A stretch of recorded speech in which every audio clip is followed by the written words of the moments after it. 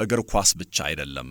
ይልቁን ጥላቻን፣ ስድብን፣ ንቀትንና ዘለፋን ተቋቁሞ የማለፍ የጽናት ውጤት ነው። ለ22 ዓመታት የአርሰናል ደጋፊዎች ከሌላው ዓለም ተገፍተው ለብቻቸው ገለል ብለው ኖረዋል። ፍቅር ነውና ግን ማመን አላቆሙም። ግን ደግሞ በእነዚህ ዓመታት ጓጡ ጠብ አላለም፣ ጉድጓዱም አልሞላላቸው። እያንዳንዱን የውድድር ዓመት በተስፋና በቬንገር ቦል ትውስታ ይጀምራሉ። ብዙም ሳይቆይ ግን ተስፋቸው ተኖ በልብ ስብራት ይተካል። ይህን ያወቀው ዓለም ለምዶት ኖሮ አርሰናልን መዝናኛ፣ ደጋፊውን ደግሞ መሳለቂያ ያደረገው።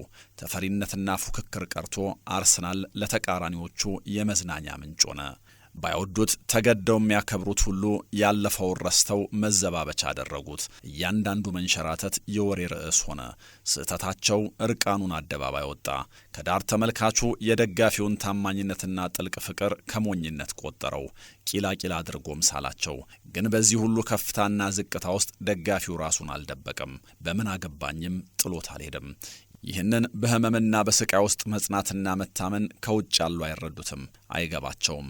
ለደጋፊው ግን ደስ የሚል ስቃይ ነበር። ድጋፍ በተረጋገጠ ነገር ላይ ከሆነ አካል ጋር የመቆም ኮንትራት አይደለም።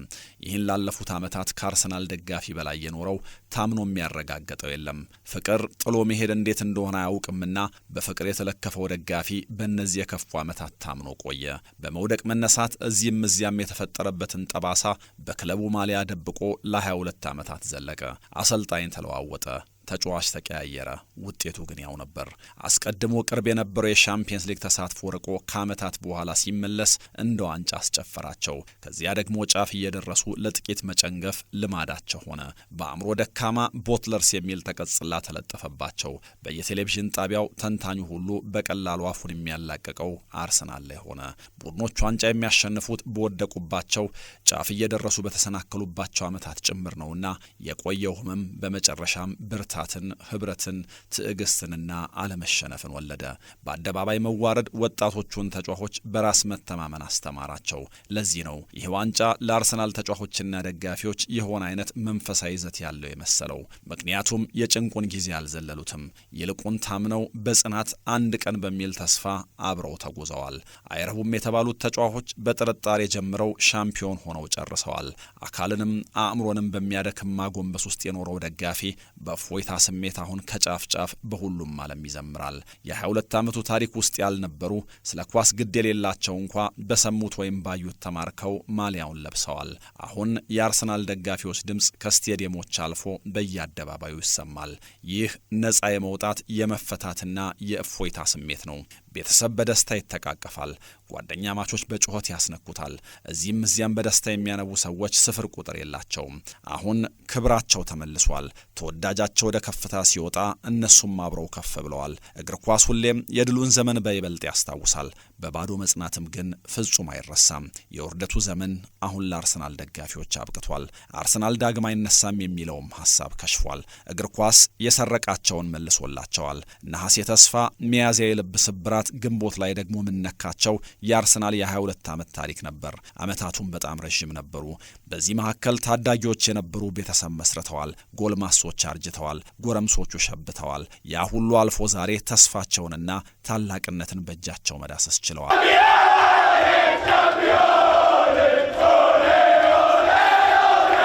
ታዲያ ግን ዋንጫው እንዲሁ በዋዛ ባንድ ጀንበር አልመጣም። በድቅድቅ ጨለማ፣ በህመምና ስቃይ፣ በማያባራ ትጋት እየሰሩ በመጠበቅ እንጂ።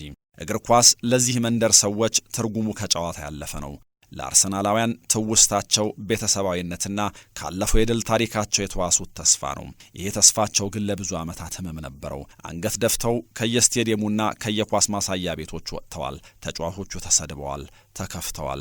ብዙ ለትንሽ ለጥቂት አጋጣሚዎች ላይ ደርሰው ተሰነካክለዋል፣ አትረቡም ተብለዋል። በአንድ ወቅት በማራኪ እግር ኳስ ከሁሉም አቅጣጫ ሰውን የማረከ በተጋጣሚዎቹ የሚፈራ የነበረው ቡድን በቀናት መካከል ወድቆ ትውስታውን ሳይቀር ባደበዘዘ የውድቀት አዙሪት ለ22 ዓመት ቆይቷል። ሚኬል በሚሉት መልአካቸው ግን ድጋሚ ቅጥራቸው ታደሰ። የደጋፊውን ህመም ታመመ፣ ወደቀ፣ ተነሳ፣ አማጠ። በስተመጨረሻ አርሰናልን ከሞት አፋፍ መለሰው። ተጫዋቾቹን ጦረኛ አድርጎ አዘመተ። ለለበሱት ማሊያ ተዋደቁ። ይህ ድል የተጫዋቾቹና የአሰልጣኞቹ ብቻ ግን አይደለም። አምኖ ለጠበቁ፣ በፈተናው ስለጸኑ፣ ያለ ፍርሃት በመላው ዓለም ነጩና ቀዩን ለለበሱ ሁሉ ነው። ይሄ ዋንጫ ሳይሆን ትንሣኤ ነው። በዚህ ሁሉ መካከል ብዙ ታሪክ የያዘው የአርሰናል ካቴድራል ወደ ሙዚየምነት ተቀይሮ በሰዎች የሚጎበኘው ባለፈው ነገር እንጂ አሁን ላይ ምንም አልነበረውም። አሁን ግን ዋንጫ ወደ ቤቱ ተመልሷል። ወደ ዋንጫው ለመድረስ ፈተናው ብዙ ነው። በዚህ ዓመት እንኳ እያንዳንዱ ጨዋታ መስታወት ተሸክሞ በእሳት ውስጥ የማለፍ አይነት ክብደት ነበረው። ጉዳቶች የቀብር ስነ ስርዓት አይነት አሳዛኝ መልክ ነበራቸው። እያንዳንዱ የተጣለ ነጥብ ለተጋጣሚዎቻቸው የማብሸቂያ ማይክሮፎን የመስጠት ያክል ነበር። ሽንፈት ምን እንደሆነ ጠንቅቀው ያውቁታል። የስድቡንም ዘመን አይረሱትምና ብሶት በወለደው ጥንካሬ ሶፍት የተባለው ቡድናቸው አሁን ኃይል ቀላቀለ ተብሎ ይከሰስ ጀመረ። የአእምሮ ጥንካሬው የተጠየቀው ቡድን በአስፈሪ ስቴዲየሞች በእርጋታ ተጫወተ። አንድ ቀን ይሳካልናል በማለታቸው የተሾፈባቸው ደጋፊዎች ድምጻቸውን ከሌሎች ከፍ አድርገው ዘመሩ። ህመሙ ድሉን የበለጠ ጣፋጭ አደረገላቸው። ያለነዚያ ብሽሽቆች ይሄ ዋንጫ ተራ ይሆንባቸው ነበር። ታላላቆች ይወድቃሉ። የወደቀ ታላቅ ሁሉ ግን ወድቆ አይቀርም። እግር ኳስ ጊዜን በደቂቃዎች ሳይሆን በትውልድ ነው የሚለካውና ደቂቃው፣ ሰዓቱ፣ ቀኑ፣ ወሩና ዓመቱ ቢያልፍም ትውልዱ ግን ቃላት በማይገልጹት ታማኝነት እዛው ተቸክሎ ቆሞ ጠብቆታል። ለዮሃን ክራይፍ በእግር ኳስ ወደ ፈለገው መዳረሻ ብቸኛ መንገድ ማጥቃትን መሰረት ያደረገ 4-3-3 ብቻ ነው። ለሀገሩ ልጅና ለቅርብ ወዳጁ ሩድ ጉሌት ግን በ4-4-2 ይደረሳል። እናም ለክራይፍ ተቃርኖ ምላሽ ወደ ሮም የሚወስዱ ወደ ሮም የሚያደርሱ ብዙ አማራጭ መንገዶች አሉ። መንገዱ አንድ ብቻ አይደለም ይላል። ለብዙ የአርሰናል ደጋፊዎችና ለባላንጣዎቻቸው ሳይቀር ለአርሰናል ወደ ዋንጫ መዳረሻው መንገድ የከዚህ ቀደሙ ውብ እግር ኳሳቸው ነው። ለሚኬል አርቴታ ግን ወደ ዋንጫው መዳረሻ ብቸኛውና አቋራጩ መንገድ ውብ የእግር ኳስ ትዕይንት ብቻ አይደለም። እናም ወደ ሮም ለመሄድ በመረጠው የተለየ መንገድ ተወገዘ። ተሳፋሪዎቹ ግን መንገጫገጭ ቢበዛውና መንገዱ ከተለመደው ቢረዝምም ዋናው መድረሱ ነውና አብራሪውን አምነውት ሮም ደርሰዋል። ገና ሲጀምር ሚኬል አንዳች ትልቅ ነገር እየሰራ እንደሆነ ቢገባው ትረስት ደ ፕሮሰስ ብሎ ነበር። ግን ደግሞ ፕሮሰሱን ከጅምሩ ያመኑ እንደነበሩ ሁሉ ተጠራጣሪዎቹም ጥቂት አልነበሩም። የፕሮሰሱ ዓላማ ዋንጫ መውለድ ነው። በመውለድ ሂደት ውስጥ ደግሞ ማቅለሽለሽና ማስመለስ፣ መጨረሻ ላይ ደግሞ ምጥም ጭምር አለ።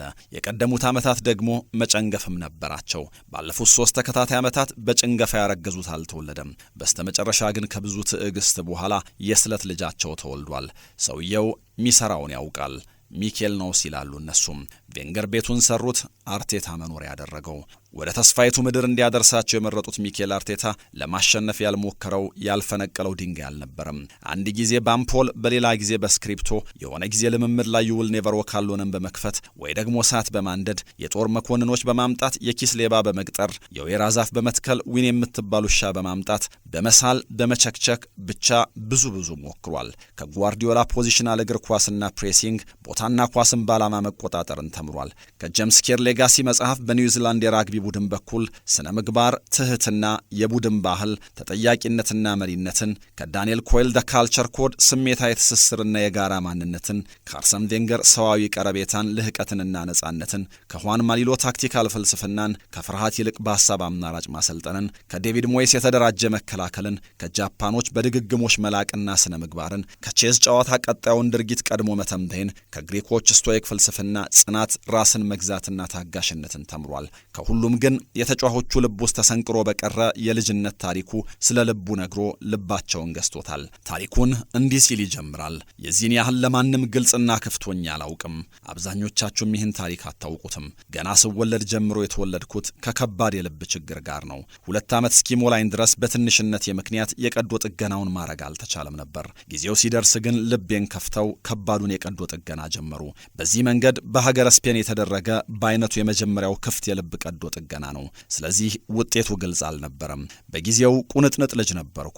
ዶክተሩ ታዲያ ቀዶ ጥገናው ተሳክቶ ካለቀ ለአባትና ለእናቴ ብዙ መሮጥ እንደሌለብኝ ነግሮ አስጠነቀቃቸው። የቀዶ ጥገናው በስኬት ተጠናቀቀ። እንደተፈራው ሳይሆን አድጌ በሙሉ ጤና ህልሜን ሁሉ አሳካው። የዛሬ ማንነቴን የቀየረው ያ የልብ ቀዶ ሕክምና ነው። አትችልም፣ አታደርግም የተባልኩትን ሁሉ አደረግኩኝ፣ ቻልኩኝ ይላል ሚኬል። ወደ አርሰናል እንደመጣ አርሰናል እንዲህ አይነት በአይነቱ ልዩ የሆነ ክፍት የልብ ቀዶ ጥገና ይፈልግ ነበር። ማንነቱ ለጠፋውና ለታመመው አርሰናል ቀዶ ጥገናው በዶክተር ሚኬል ተደረገ። ህመሙ ውስብስብ ስለነበር ግን የማገገሚያ ጊዜው ረዘመ። በስተመጨረሻ ግን ጤናው ተመልሶ አትችልም የተባለውን እንደ ቡድን ቻለ። ዋንጫውን አሸነፈ። የአርሰናል የ22 ዓመት ዋንጫ አልባ ታሪክ በሰርግ ይመሰላል። ሊያገባ ሲጠበቅ መሞሸር እየፈራ በሚዜነት የኖረ ሰርጉ ተደግሶ እንግዳው ተጠርቶ የሙዚቃው ድምፅ ሲሰማ ሙሽሪት እየጠበቀችው ጥሏት እንደጠፋ ሙሽራ አይነት። አሁን ግን ሙሽራው ተውቦ መጥቷል። አርሰናልም ተሞሽሯል። በስኬት ማግስት ምስጋና የሚገባቸው ብዙ ናቸው። በዚህ ክለብ የሆነው ግን የሆነው በዚህ ሚኬል በሚባል ሰው በኩል ነው።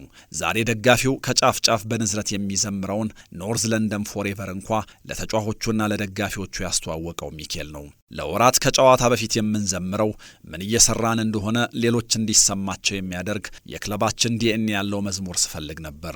ሙዚቀኛው ሉዊስ ዳምፎርድ ይባላል። ቅልጥ ያለ የአርሰናል ደጋፊ ነው። በኔ እይታ ሙዚቃው በትክክለኛው ሰዓት መጥቶልናል። ኤሚሬትስን ለመለወጥና ወደ ቀጣዩ ምዕራፍ ለመሄድ ይሄ በእጅጉ ያግዘናል። ምክንያቱም እንድትጫወቱ የምፈልገው ሞቅ ባለ ድባብ ነው። ደጋፊዎቻችን ሙዚቃውን አብረውን ለማዜም ጓግተዋል። ከተስማማችሁ ይሄው ተጋበዙት አለ። ኖርዝ ለንደን ፎሬቨር በሚኬል በኩል የአርሰናል መልክ ሆነ።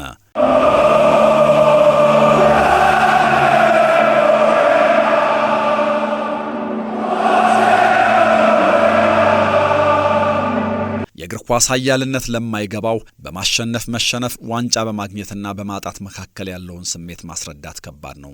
ሰዎች አቅላቸውን ስተው እዚህም እዚያም ሲሮጡ ከዚህ ሌላ ጉዳይ ያላቸው እስከማይመስሉ መላ አካላቸውን ኳስ ሲቆጣጠራቸው ብስጭትና ደስታቸውን ስራቸውና ኑሯቸው ጋር ሲወስዱት ብንገረም ሰርጋቸው ላይ ወስደውት ወይ ጉድ ቢያስብሉን በአርሰናል ድል ማግስት በሕይወት ወደ ሌሉ ወዳጆቻቸው መቃብር ማሊያ ይዘው ስለመሄዳቸው መደነቂያ ቃል ግን አናገኝም።